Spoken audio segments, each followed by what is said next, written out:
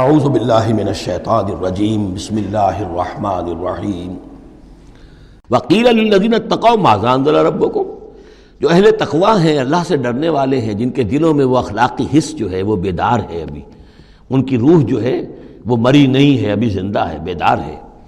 جب ان سے پوچھا جاتا ہے ماذا انزل ربکم، یہ کیا نازل کیا آپ کے پروردگار نے، جو محمد جو سنا رہے ہیں کلام، یہ کیسا ہے؟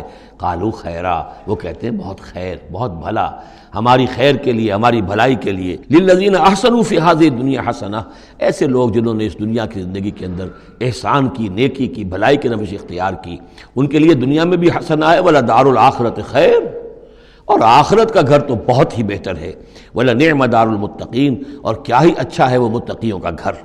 جنات عدن يدخلونها، وہ تو ریزیڈینشل گارڈنز ہوں گے، رہنے والے باغات ہوں گے جن میں وہ داخل ہوں گے، تجری من تحتها الانہار، ان کے دامن میں ندیاں بہتی ہوں گی، لہم فیہا ما یشاؤون، اور ان کے لیے وہاں ہر وہ شے ہوگی جو وہ چاہیں گے۔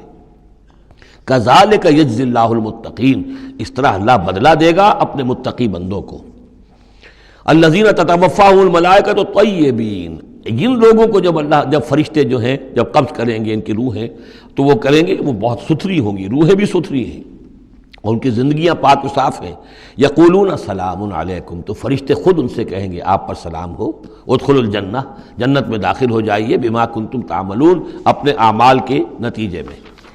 هل ينظرون الا ان تاتيهم الملائکۃ، تو اب یہ کس شے کے منتظر ہیں سوائے اس کے کہ فرشتے آ جائیں آدم کے، اور یاتی امر ربک، یا آپ کے رب کا فیصلہ آ جائے۔ یعنی یہ قریش جو ہیں، آپ ان کو دعوت دے رہے ہیں، سمجھا رہے ہیں، قرآن 2/3 نازل ہو چکا ہے، یہ سب کچھ سن کر جو ابھی کس چیز کے منتظر ہیں؟ اب تو پھر آخری بات یہی رہ گئی ہے کہ فیصلے کا دن آ جائے، فرشتے آ جائیں، آپ کا رب آ جائے، وجاء ربک والملک صفا صفا وجیء یومئذ بجہنم یومئذ یتذکر الانسان وانیٰ لہ الذکریٰ، اس دن ان کو ہوش، ان کے ہوش آئیں گے، انہیں ہوش آئے گا، اور اس دن کا ہوش آنا کس فائدے کا؟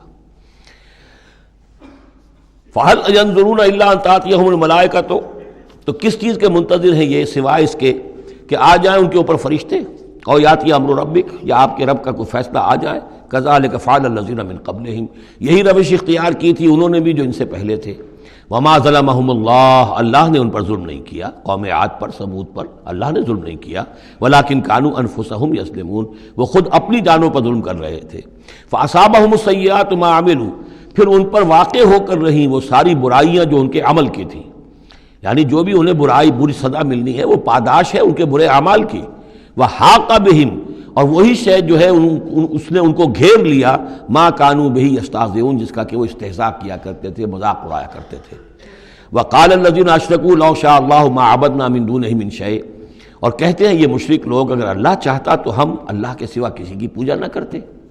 اللہ تو علی کل شیء قدیر ہے، ہمیں وہ کرنے ہی نہ دیتا، ہمیں روک دیتا، ہمیں اس نے روکا نہیں۔ اس کا مطلب یہ ہے کہ امپلائڈ جو ہے اس کی طرف سے پرمیشن ہے، اجازت ہے۔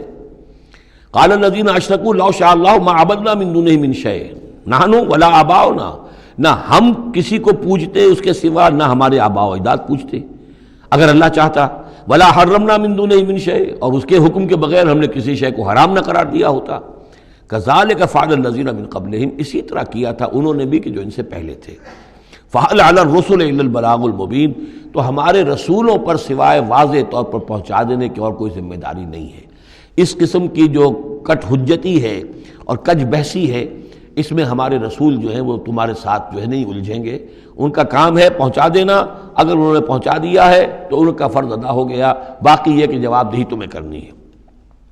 وَلَقَدْ بَعَثْنَا فِي كُلِّ أُمَّةٍ رَسُولًا، اور ہم نے تو ہر امت میں ایک رسول بھیجا، ان اعبدوا اللہ واجتنبوا الطاغوت، وہ یہی پیغام لے کر آئے کہ اللہ کی بندگی کرو، پرستش کرو، اور طاغوت سے بچو، طاغوت کا انکار کرو۔ یہ سورہ بقرہ میں ہم پڑھ چکے ہیں۔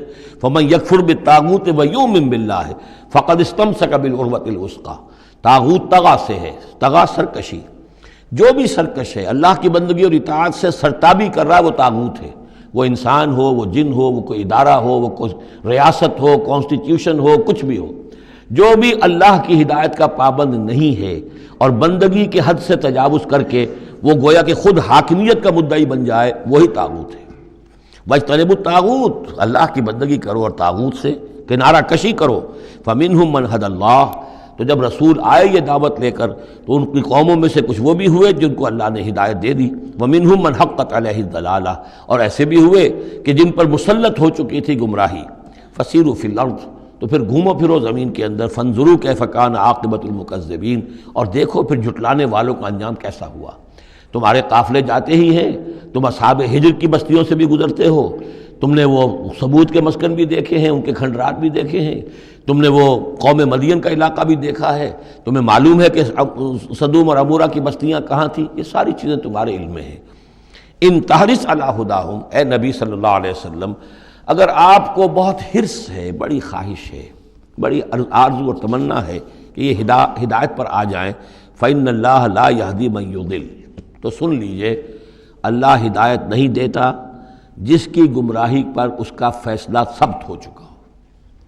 نہیں، اللہ کا ایک قانون ہے، اس نے ہدایت منکشف کی، ایک آدمی پر ہدایت منکشف ہو گئی، اس نے رد کر دی، اللہ نے پھر اور موقع دیا، پھر اور موقع دیا، ایک وقت آ کر پھر اللہ تعالیٰ اب اس کی توفیق سلب کر لیتا ہے، اب وہ حق کو پہچان ہی نہیں سکتا، اب اس کی طرف سے مہر تصدیق ثبت ہو چکی ہے۔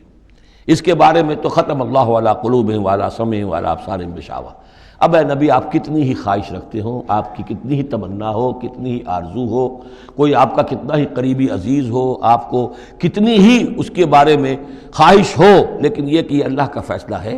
جیسا کہ میں نے عرض کیا، ایک جگہ پر تو کھل کر کہا گیا انک لا تہدی من احببت ولکن اللہ یہدی من یشاء، آپ ہدایت نہیں دے سکتے جسے چاہیں، اللہ جس کو چاہے ہدایت دے سکتا ہے۔ آپ اپنی سی کوشش کیجئے، اپنا فرض ادا کیجئے اور بس۔ ان تحرص علی ہداہم فإن اللہ لا یہدی من یضل، جس کی ضلالت کا فیصلہ اللہ کی طرف سے ہو چکا پختہ، اب اللہ اسے ہدایت نہیں دے گا۔ وما لہم من ناصرین، اور ان کے لیے نہیں ہوں گے کوئی بھی مددگار۔ وَأَقْسَمُوا بِاللَّهِ جَهْدَ أَيْمَانِهِمْ، اور وہ اللہ کی قسمیں کھا کھا کر کہتے ہیں امکانی حد تک، لا یبعث اللہ من یموت، اللہ ہرگز نہیں دوبارہ اٹھائے گا اس کو جو مر جائے گا۔ میں نے آپ کو بتایا تھا کہ اکثر و بیشتر تو ان لوگوں کا قول یہ تھا کہ مرنے کے بعد اٹھیں گے اللہ کے ہاں، لیکن اللہ کے ہاں ہمارے سفارشی ہیں، وہ ہمیں چھڑا لیں گے۔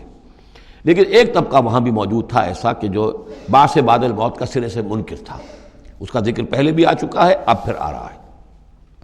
یہ کہتے تھے لا یبعث اللہ من یموت، نہیں اللہ اٹھائے گا، جو مر گیا مر گیا، گیا ختم ہوا، زندگی یہی ہے، ان ہی الا حیاتنا الدنیا نموت ونحیا وما نحن بمبعوثین۔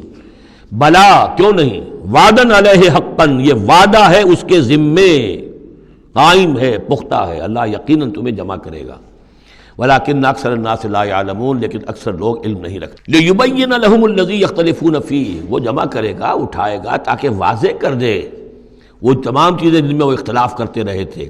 ولیعلم الذین کفروا انہم کانوا کاذبین، اور تاکہ پوری طرح جان لے یہ کافر کہ واقعی وہی جھوٹے تھے، جب انہوں نے جھٹلایا تھا نبیوں کو تو حقیقت میں جھوٹے وہ خود تھے۔ صدق اللہ العظیم۔